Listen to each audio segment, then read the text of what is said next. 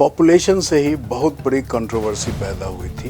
उस वक्त जो गाली देते थे संजय गांधी को कि हमको तबाह कर रहे हैं, हमको यहाँ से हटा रहे हैं, आज वो कहते हैं कि हमारी जनरेशन भी उसी में सड़ जाती है इस कमरे में। फिरोज गांधी उनके पिता हैं, तो फिर मैं अब नाम बताता हूँ। मोहम्मद यूनिस का जो नाम आ रहा है, देखिए मोहम्मद यूनिस उस परिवार के बहुत अच्छे दोस्त रहे हैं और मोहम्मद यूनिस साहब की कोठी में ही रही हैं इंदिरा गांधी 77 के बाद। तो हमको ये लगता है संजय गांधी के जो प्रोग्राम थे उसको कांग्रेसी ने भुला दिया और अभी के प्रधानमंत्री हमारे नरेंद्र मोदी जी ने अपना लिया। किसी की बपौती विचारधारा नहीं होती है। जिनको क्रिटिसाइज किया जाता था उनको उन्होंने अडॉप्ट किया है। उसमें एक सरदार पटेल भी हैं। कभी भी सरदार पटेल का नाम नहीं लिया। आज भी अगर कांग्रेस को ये लगे कि गांधी परिवार के बिना कांग्रेस चल सकती है तो ऐसी स्थिति भी नहीं है। गुलाम नबी आज़ाद, उसके बाद कपिल सिब्बल, आनंद शर्मा, तो क्या जिंदगी भर रहेंगे? ये तो गलत है। जिसने 77 से 80 का संघर्ष संजय गांधी का देखा था, अभी से कांग्रेस का भविष्य क्या दिखता है? भविष्य हमको अभी अंधकार में दिखता है।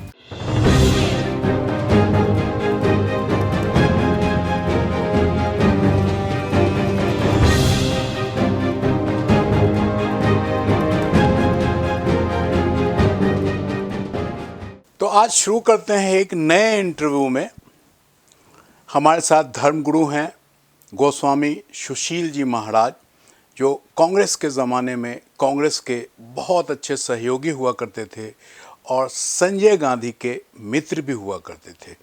गुरु जी, आपका हमारे साथ इस इंटरव्यू में बहुत बहुत स्वागत है। धन्यवाद। गोस्वामी जी, आज का पहला सवाल आपसे संजय गांधी के बारे में। संजय गांधी के आप काफ़ी करीब रहे हैं। अगर संजय गांधी आज जिंदा होते तो कांग्रेस कैसा होता, साथ साथ भारत कैसा होता? बहुत सुंदर प्रश्न आपने पूछा है। भारत आज जहाँ है, अगर संजय गांधी होते तो बहुत पहले भारत को आज से भी ज़्यादा आगे होना था पूरी दुनिया में। संजय गांधी एक व्यक्ति नहीं थे, वो एक विचारधारा थे। उनकी सोच थी कि आने वाला भारत कैसा होगा। इसलिए युवा अवस्था में युवाओं को लेकर उन्होंने क्रांतिकारी कार्यक्रम इस देश को दिया था। लोग भूल गए होंगे 5 सूत्री कार्यक्रम। आज पूरी दुनिया उन कार्यक्रमों पर कार्य कर रही है। विशेषकर भारत में बहुत तीव्र गति से संजय गांधी की विचारधारा को लिया जा रहा है। क्या विचारधारा थी, क्या 5 सूत्री कार्यक्रम थे उनके? उस वक्त किसी ने सोचा नहीं होगा कि आने वाले टाइम में कितनी गाड़ियां होंगी इस देश में, कितनी सड़कें होंगी, कितने पुलों की आवश्यकता होगी, लोग कैसे रहेंगे। संजय गांधी पहले ऐसे व्यक्ति थे जिन्होंने उस वक्त यानी कि 70 के दशक में इन बातों को सोचा कि आने वाले भारत में क्या तकलीफ़ें होंगी। तो आज आप देख रहे हैं एनसीआर में हम बैठे हैं, एनसीआर में रहते हैं। आज जो सोच संजय गांधी थी उसने नोएडा की सोच को डेवलप किया। नोएडा बनाया गया, ग्रेटर नोएडा बनाया गया। पूरी जमुना के पार पूरी जितनी बड़ी कॉलोनियाँ आप देख रहे हैं, ये संजय गांधी की उस वक्त की सोच थी कि आने वाले समय में पॉपुलेशन कितनी होगी, लोगों को किन किन चीज़ों की आवश्यकता होगी, घरों की ज़रूरत होगी, सड़कों की ज़रूरत होगी। आज जो ये विशाल हम राजधानी और राजधानी क्षेत्र देखते हैं, वो संजय गांधी की तत्कालीन सोच का परिणाम है कि उन्होंने सोचा था। इसीलिए मारुति का उन्होंने निर्माण किया। यहाँ शुरुआत की। पहले 2 गाड़ियाँ होती थी और एक महिंद्रा की जीप होती थी और एम्बेसडर। आज देखिए हम गिनती नहीं कर सकते इतनी गाड़ियां हैं। तो ये कल्पना किसने की कि आने वाले भारत में आवश्यकताएं नागरिकों की क्या होंगी? वो संजय गांधी है उसके पीछे। संजय गांधी की एक आइडियोलॉजी है कि जिसने इन बातों को सोचा, दहेज नहीं होना चाहिए और पॉपुलेशन पर कंट्रोल करने की बात सबसे पहले। आज पूरा विश्व इस बात पे सोच रहा है। संजय गांधी ने बोला। पॉपुलेशन का आपने 2-3 बार जिक्र किया।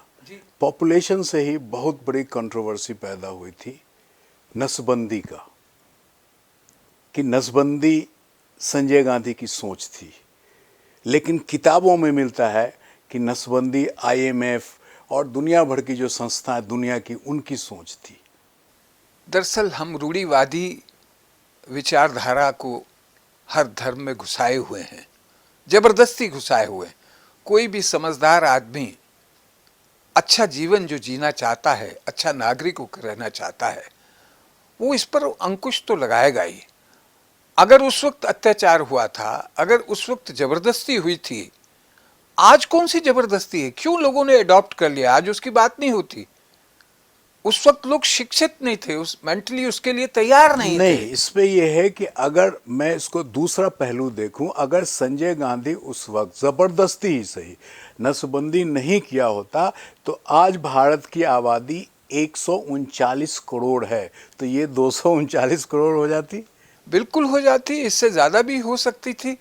मगर जो लोग कहते हैं ज़बरदस्ती, मुझे नहीं पता लगा, क्योंकि मैं बहुत सारे कैंप्स में उनके साथ गया हूँ। जमुना के पार एक कॉलोनी है, खिचड़ीपुर उसको बोलते हैं। जी। खिचड़ीपुर का निर्माण और जितनी भी जे कॉलोनीज जो दिल्ली के अंदर बसी, ये संजय गांधी की देन है। लोग झुग्गियों में रहते थे, व्यापारी लोग लकड़ी के खोखे बनाकर पहाड़गंज से आप गुजर नहीं सकते थे, मोतिया खान का इलाका था। इस तरह से लकड़ी का बिजनेस होता था, सरिये का बिजनेस होता था, कंजेशन थी। ये मायापुरी बसाई, लकड़ी मंडी कीर्तिनगर में जाके बनाई। आप देखिए कितना उनकी सोच थी। लोगों ने गालियां दी उस वक्त उनको, लोगों ने कहा कि हमको बेरोजगार कर रहे हैं। आज जाके उनसे पूछिए, वो अरबपति बन गए हैं लोग जो गालियां दिया करते थे। अब वो जीवित हैं कुछ लोग नहीं है, मगर उनके बच्चे हैं जो कारोबार कर रहे हैं। वो इतना बड़ा कारोबार हो गया इस देश के अंदर, जो एक लकड़ी के खोखे में वो चला करते थे अपने बिजनेस को। तो ये संजय गांधी की, अब कोई चीज़ भी आप इम्प्लीमेंट करेंगे तो इम्प्लीमेंट जो है वो नेता नहीं करता है, इम्प्लीमेंटेशन जो है वो ब्यूरोक्रेट्स करता है। बहुत सारे अधिकारी होते हैं, कर्मचारी होते हैं, वहाँ तक पहुँचते पहुँचते कई जातियाँ हो सकती हैं, मैं इसे इनकार नहीं कर सकता। मगर वो देश हित के लिए कितना था कि आज जो आपने कहा, बहुत सुंदर बात कही है कि अगर ये उस वक्त कंट्रोल ना होता तो भारत की स्थिति क्या होती, हमारी गरीबी किस कदर होती। आज भी हम गरीब मुल्क में रहते हैं, कितने भी बड़े बड़े हम जहाज बना लें, बहुत बड़ी बड़ी योजनाएं ले आएं, मगर आज भी आप गाँव में देहात में चले जाएं तो आज आपको गरीब आदमी मिलता है जिसको दिन भर के मेहनत के बाद भी पूरी रोटी नहीं मिलती है। और अगर इतनी पॉपुलेशन होती तो होता क्या इस देश का। एक संजय गांधी के और दोस्त हैं, अभी हमने कहीं इंटरव्यू उनका पढ़ा था, देखा था, संजय गांधी थोड़ा इम्पेशेंस थे, खासकर इमरजेंसी के दौरान। देखिए, युवा अवस्था में कोई भी युवा होगा वो भावुक होगा और रैश होगा, ये स्वाभाविक है। आज मेरी जो स्थिति है, मैं 76 वर्ष का हो गया हूँ, और अगर उस वक्त की तुलना में करें तो मैं हर काम को कुछ घंटों में समाप्त करता था। आज मुझे उसमें कई दिन लगते हैं। तो वो जो आयु है, वो संजय गांधी की भी आयु वो रही है, जो उनकी आलोचना करते हैं और तीव्र गति से चलने की बात करते हैं। अगर वो तीव्र गति से ना चले होते तो मुझे मालूम है दिल्ली की मार्केटों में किसी का बड़ा बोर्ड, किसी का छोटा बोर्ड, कोई ऐसा कर रहा है, कोई वैसा कर रहा है। उन्होंने सख्ती से इसको समाप्त करने की बात कही। कमिश्नर को बुलाया, डीडीए के वाइस चेयरमैन को बुलाया, पुलिस कमिश्नर को बुलाया और कहा कि ये सब चीज़ें नहीं होनी चाहिए, ये राजधानी है, झुग्गी झोंपड़ी हटनी चाहिए। डीडीए ने कॉलोनीज बना के लोगों को बसाया। उन्होंने कहा अनऑथराइज और जहाँ बहुत कंजेशन है उसको हटाना चाहिए। ये जानवरों की जिंदगी जी रहे हैं, वो उसी में संतुष्ट हैं क्योंकि उनके पास शिक्षा का अभाव है। अगर उनको दूसरे स्थान पर अच्छी जगह पर रखा जाए तो वो अच्छी तरह से रह सकते हैं। मैंने देखा तुर्कमान गेट पे से जो लोग हटाए गए थे उनको बसाया गया था आज़ादपुर में।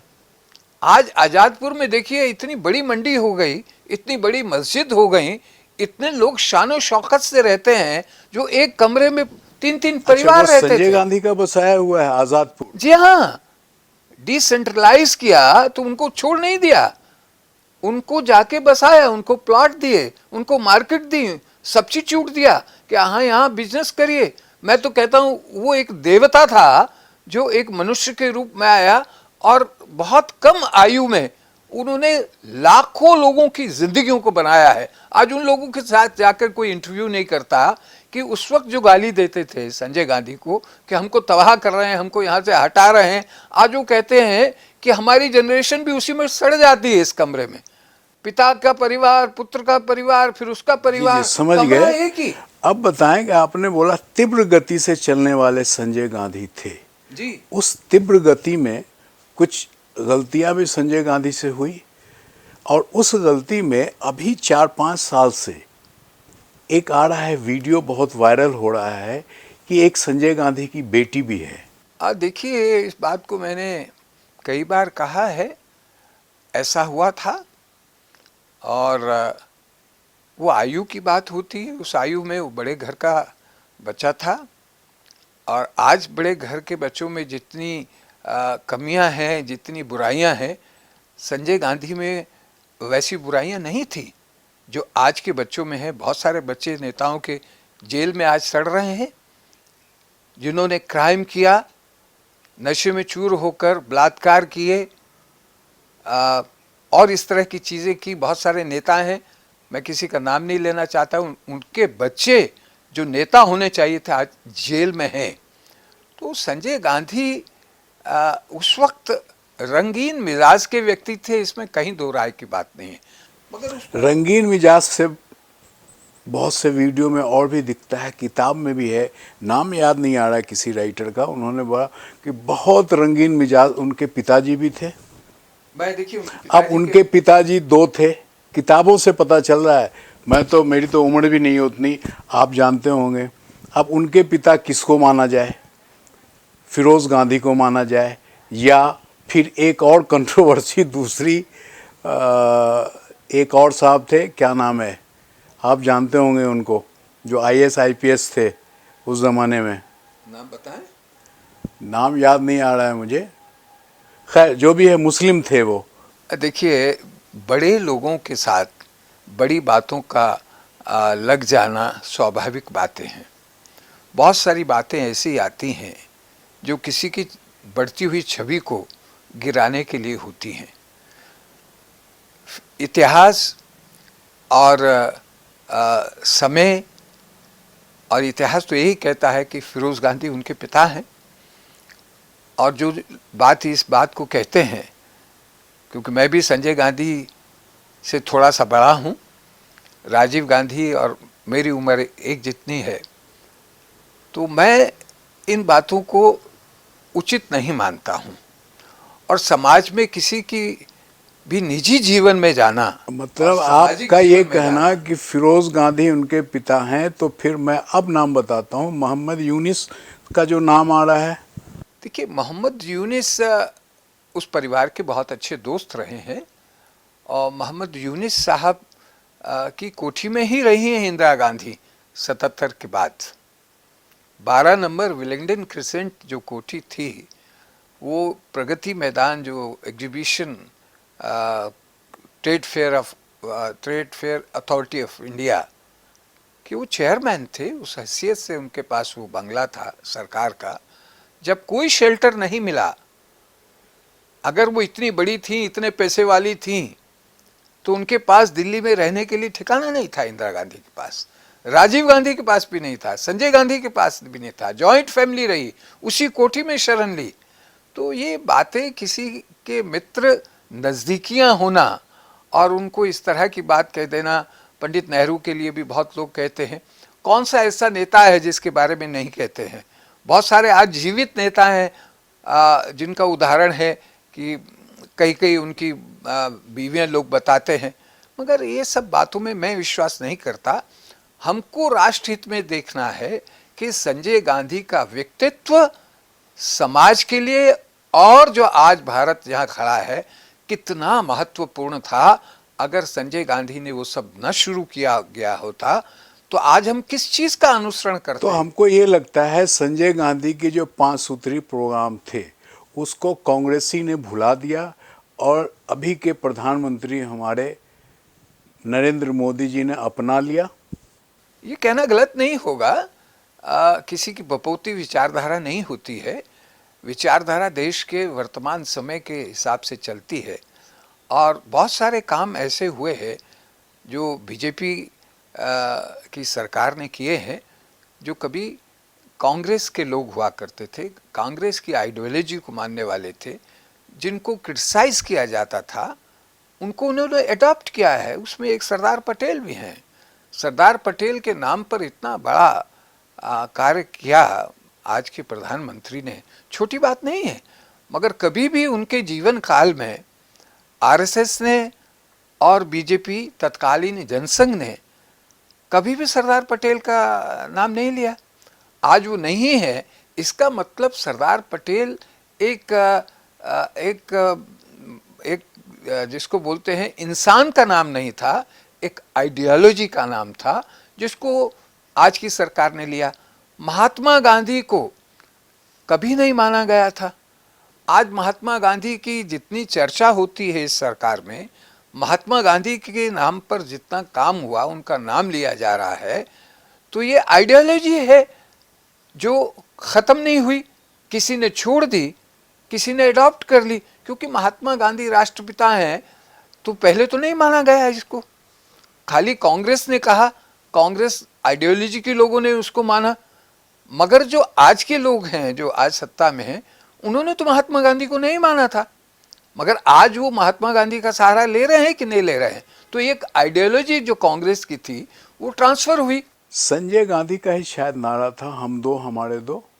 हाँ, ये उन्होंने कहा था। अब उसी संजय गांधी के भतीजे राहुल गांधी ने भी कहा है, हम दो हमारे दो, अभी 1 हफ्ता पहले। इशारा पता नहीं किधर है। देखिए, राहुल गांधी कहें या कोई भी कहे, जिस पे मनुष्य की भलाई है, समाज की भलाई है, वो किसी भी धर्म का, जाति का हो, मगर जब तक वो शिक्षित समाज को उत्पन्न नहीं करेगा, औलाद पैदा कर देना कोई बड़ी बात नहीं है, तो नेचर है। हर एक जीव, अन्य जीव जो है वो भी इस काम को कर रहा है। बिल्कुल सच्ची बात मुझे याद आ रही है, ये ज़बरदस्ती की बात हो रही थी कि सबको ये कहा जा रहा था कि आप अंकुश लगाइए, यानी कि आप ऑपरेशन करवाइए। तो महिलाओं के ऑपरेशन को प्रोत्साहित नहीं किया उन्होंने। अच्छा, नसबंदी के 3 दलाल। हाँ, उस जमाने में बहुत फेमस, मैं भी छोटा था जी। नसबंदी के 3 दलाल, इंदिरा, संजय, बंसीलाल। अब देखिए, बंसीलाल भी नहीं रहे, इंदिरा जी भी नहीं कोई रही, नहीं रहा उसमें से। संजय जी भी नहीं रहे।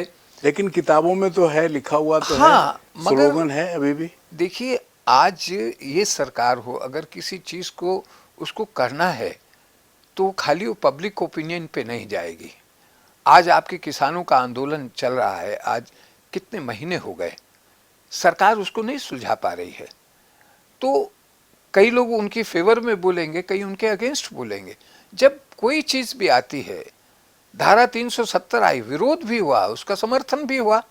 तो जब भी कोई चीज़ आती है देश के अंदर, हम दो हमारे दो की भी बात आई, तो बहुत सारे लोग उसको नहीं मान रहे थे, बहुत सारे लोगों ने स्वीकार किया। और गोस्वामी जी, हम दो हमारे दो के अभी राहुल गांधी का जो है वो दूसरा इशारा है। वो मोदी जी को ये कहना चाहते हैं, हम दो हमारे दो, मतलब मोदी जी, अमित शाह जी और उधर अंबानी और अदानी। अब देखिए, ये एक कहावत है, मुहावरा है कि हर समय में हर स्लोगन के अलग अलग मतलब होते हैं। हो सकता है उन्होंने राजनीतिक तौर पे इस बात को कहा हो, और ये सत्य भी है, इसमें असत्यता की बात नहीं है। जो भी पावर में होता है उसके साथ 2 या 4 आदमी ज़रूर जुड़े होते हैं। कोई भी ऐसा शासक नहीं हुआ है किसी काल में भी जिसके 2 या 4 आदमी विश्वास के आदमी ना हो। हम दो हमारे दो हर काल में रहा है, आज के काल में भी है। उसके बिना देश नहीं चलता है, और है तो उसमें क्या बुराई है। अब एक सवाल और है, मान लिया जाए संजय गांधी को डैशिंग आदमी इंग्लिश में बोलते हैं, मोदी जी भी डैशिंग है, दोनों को कंपेयर करें आप तो रैंक 1 किसको देंगे आप? देखिए, मैं प्राइम मिनिस्टर हैं, प्रधानमंत्री हैं, और मैं भी उन लोगों में से हूं जो उनके व्यक्तित्व से प्रभावित हूं। व्यक्तित्व हर व्यक्ति का अलग है, उसकी पार्टी क्या है उसके अलग मायने हैं। नहीं, व्यक्तित्व की बात कर रहे हैं। व्यक्तित्व में संजय गांधी और नरेंद्र मोदी, मैं प्रधानमंत्री छोड़ दीजिए, बहुत ज्यादा अंतर नहीं देखता हूं। प्रोग्रेसिव होना, रिजल्ट देना, ये संजय गांधी में भी था उस वक्त, जबकि वो बेताज बादशाह थे, उनके पास पद नहीं था। पद भी उन्होंने 80 में चुनाव लड़के और जो है सांसद हुए हैं, और ईश्वर ने उनको इतनी जीवन नहीं दिया कि वो कुछ महीनों के बाद ही चले गए। तो न कुछ होते हुए भी एक समाज सेवा का अगर बीड़ा कोई उठा ले, खाली ये प्लस पॉइंट नहीं था संजय गांधी में कि वो इंदिरा गांधी के पुत्र हैं, प्राइम मिनिस्टर के पुत्र हैं, खाली ये प्लस पॉइंट नहीं था, उनकी योग्यताएं थी, उनकी एक निष्ठा थी, उनके अंदर एक देश प्रेम था, वो कैसा देश देखते थे उसको इम्प्लीमेंट करना चाहते थे। और हर व्यक्ति जब वो कोई काम करना चाहता है तो वह ग्रास रूट से करता है, और जहां उसको सहारे की जरूरत होती है वो सहारा लेता है। तो इंदिरा गांधी और सत्ता का सहारा लिया होगा, मगर अंदर उनके जहन में जो था वो इंदिरा गांधी ने नहीं दिया है, वो उनके वंश ने नहीं दिया है। अगर ऐसा होता तो जगजीवन राम जी संस्कारी के, वंश देसाई जी के, इंदिरा गांधी के, इसका मतलब है दोनों बच्चे संस्कारी थे। और अगर संस्कारी थे तो बहुत सी जगह में आपको मिलेगा वीडियो में कि इंदिरा गांधी पे संजय गांधी ने हाथ भी उठाया। मैं कभी इसको देखा नहीं, और जब ये बातें उठती थी तो उसकी आलोचना भी होती थी। कि नशे की हालत में संजय गांधी ने एक दिन अपनी माँ पे हाथ उठा दिया, नशे की हालत में। मैंने कभी भी संजय गांधी को नशे में नहीं देखा, और जब वो बहुत युवा थे तब भी नहीं देखा।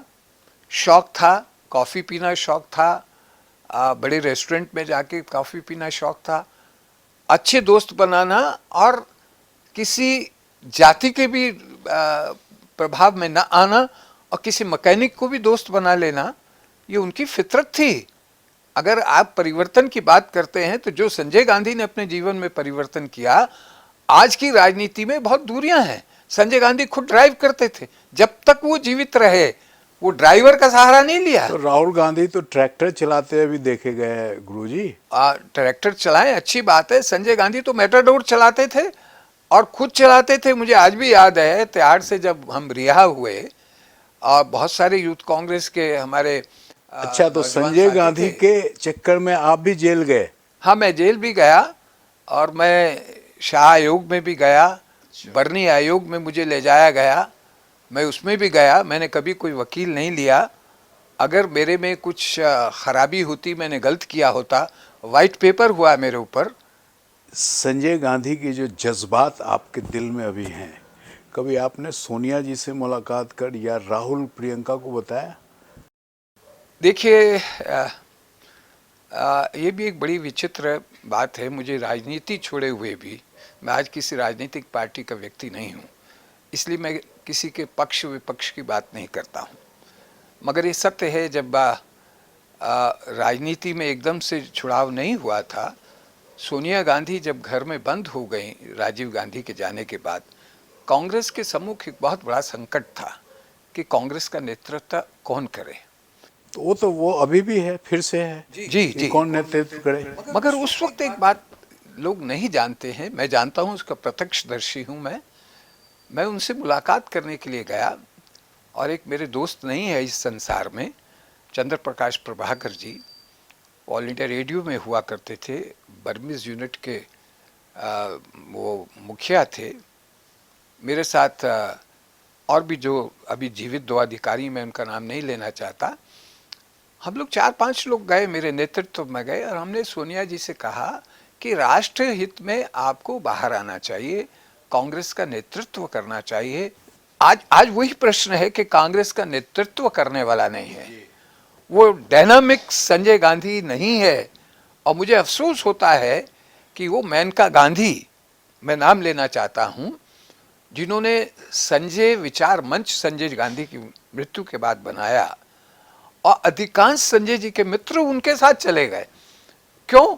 कि मतभेद था, और संजय जी की आइडियोलॉजी की वजह, विचारधारा की वजह से युवा लोग उनके साथ चले गए थे। मुझे आज भी याद है, मिश्रा जी होते थे, जे.एन. मिश्रा आईएएस होते थे, आईएएस से इस्तीफा देकर उन्होंने इस मूवमेंट को मजबूत किया। 77 में इंदिरा जी के साथ कोठी में रह के उन्होंने, कमलापति जी के प्राइवेट सेक्रेटरी हुआ करते थे जब वो रेल मंत्री हुआ करते थे, और कांग्रेस में बिना झंडे डंडे के 80 में फिर कांग्रेस आ सकती है, इंदिरा गांधी आ सकती है, जब फंड भी नहीं थे, जनसमूह। तो अभी कांग्रेस का भविष्य क्या दिखता है?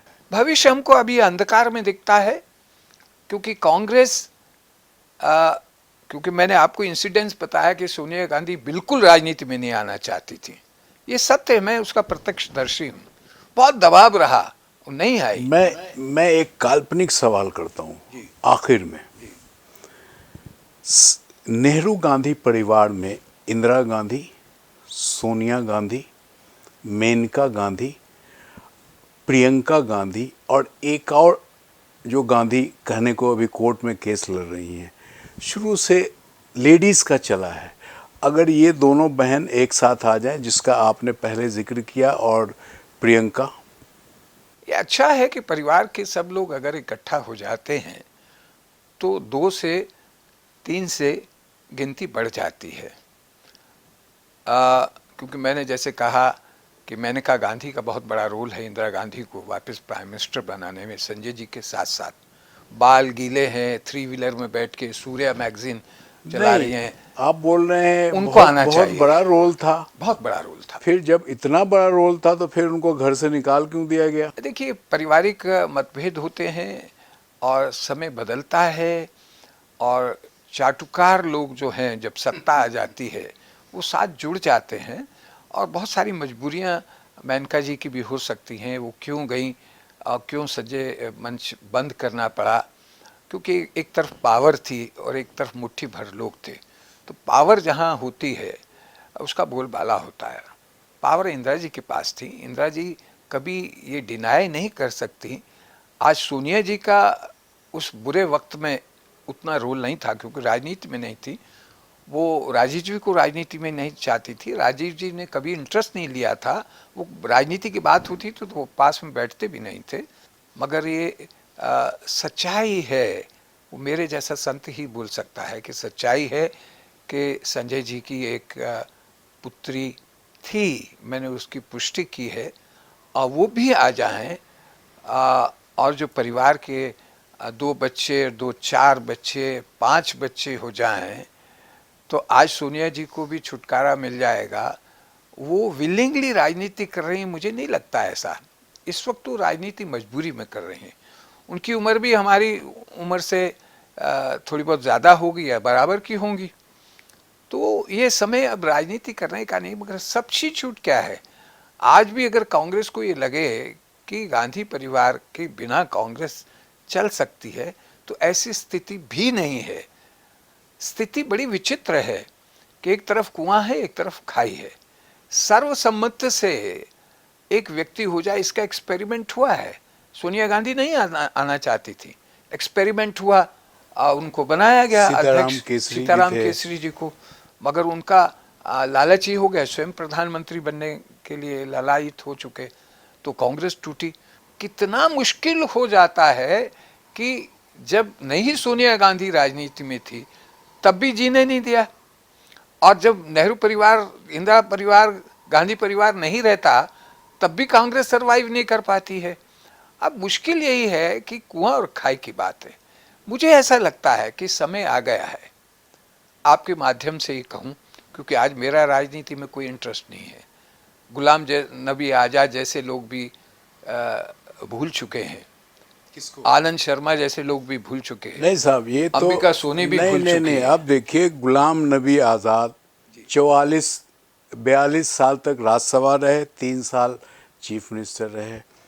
उसके बाद कपिल सिब्बल, आनंद शर्मा, तो क्या जिंदगी भर रहेंगे? ये तो गलत है। यही तो मैं कह रहा हूँ कि मैंने वो समय देखा है कि गुलाम नबी खुद कह रहे थे, पार्लियामेंट में बोल रहे थे, मैं उनको तब से जानता हूँ जब वो यूथ कांग्रेस के जम्मू कश्मीर के अध्यक्ष थे, और कुछ होता नहीं था, कुछ साधन भी नहीं, कुछ भी नहीं, जो भी मिला जब समय में मिला तो उस परिवार ही की देन है। वो परिवार ने उनको आगे बढ़ाया, विश्वास रखा, विश्वास रखा, विश्वास रखा।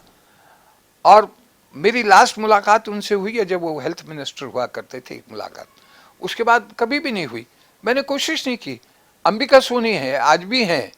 भाई किसने बनाया, क्या क्वालिटी है आपकी? पब्लिक, आनंद शर्मा आज तक कोई चुनाव जीत के आए हैं क्या? राज्यसभा का सहारा, मैं उनको तब से जानता हूँ जब ललिता ठाकुर हुआ करती थी, उसके साथ जनरल सेक्रेटरी यूथ कांग्रेस के थे, हिमाचल के। तो मैं इन सब के विषय में जानता हूँ, मैं किसी के यहाँ जाता नहीं हूँ, मुझे जरूरत नहीं है। तो कांग्रेस को जो बचाएगा वो व्यक्ति बचाएगा जिसने 77 से 80 का संघर्ष संजय गांधी का देखा था। सच्चा व्यक्ति नहीं मिल रहा है कांग्रेस को। कांग्रेस किसको दे, ये बताइए कि दे किसको? एक पार्लियामेंट में अगर कोई इमोशनल हो जाता है तो बाकी सारी तपस्याएं खत्म हो जाती हैं क्या? क्या आज भी कोई किसी पद की बात है? आपके दिल में गोस्वामी जी बहुत कांग्रेस के लिए दर्द अभी भी भरा है। दर्द है कि मैं जिया हूं। ये जितने फोटो लगे हैं आगे पीछे चारों तरफ, ये फोटो से कहीं आपको नुकसान ना हो जाए? देखिए, या मोहन भागवत जी को देख रहे हैं पीछे, नहीं, अच्छा पीछे अडवाणी जी को भी देखते हैं। हाँ, सब तरफ देख रहे हैं। मैं देखिए 84 के बाद मैं कांग्रेस में सक्रिय नहीं रहा, मैं किसी कांग्रेसी से मिला नहीं, मगर बीजेपी के लोग कब मेरे नजदीक आते चले गए तो मैंने ये सोचा कि आज मेरा राजनीति मेरा लक्ष्य नहीं है। मेरा लक्ष्य है संत होने के बाद भी, क्योंकि मेरा जीवन समाज के लिए गया है, मैंने समाज के लिए काम किया है, और समाज का अंग मैं जब तक जिंदा रहूंगा मैं हूं। तो चलते चलते एक कांग्रेस के लिए, खासकर राहुल गांधी के लिए एक संदेश दीजिए, क्योंकि आपने बहुत दिन से देखा है और दर्द महसूस कर रहे हैं। राहुल गांधी को मैं कभी नहीं मिला, मगर राहुल गांधी की एक तस्वीर मेरे किसी दोस्त ने बम्बई से भेजी, जिसमें इंदिरा जी हैं, मैं हूँ, 3 मूर्ति हाउस की है, और उसमें राहुल गांधी, बहुत बच्चे हैं, छोटे से हैं, बैठे हुए हैं, शायद प्रियंका जी भी हैं। मैं कभी नहीं मिला, मगर राहुल गांधी को अगर सरवाइव करना है, देश में अनुसरण करना है अपने चाचा का, अपने पिता का, अपनी दादी का, तो हम जैसे जो बचे कुछ लोग हैं जिनका राजनीतिक लेना देना नहीं, उनकी आशीर्वाद को लेना पड़ेगा, उनके एक्सपीरियंस की बात को समझना होगा और देश को नेतृत्व करना होगा।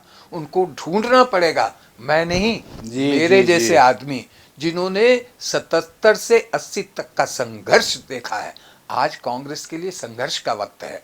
अगर वो मेरे पास आते हैं, प्रियंका गांधी मेरे पास आती हैं, तो मेरा कोई राजनीति, मैं तो उनकी मंच पे भी जाने वाला नहीं हूँ, मुझे कुछ पद भी नहीं चाहिए। मुझे पद उस वक्त इंदिरा गांधी ने दे दिए जब मेरी उम्र भी नहीं थी। संजय गांधी ने मुझे बहुत कुछ दिया, एक अपना एक विश्वास दिया, उसके बच्चे जानते ही नहीं।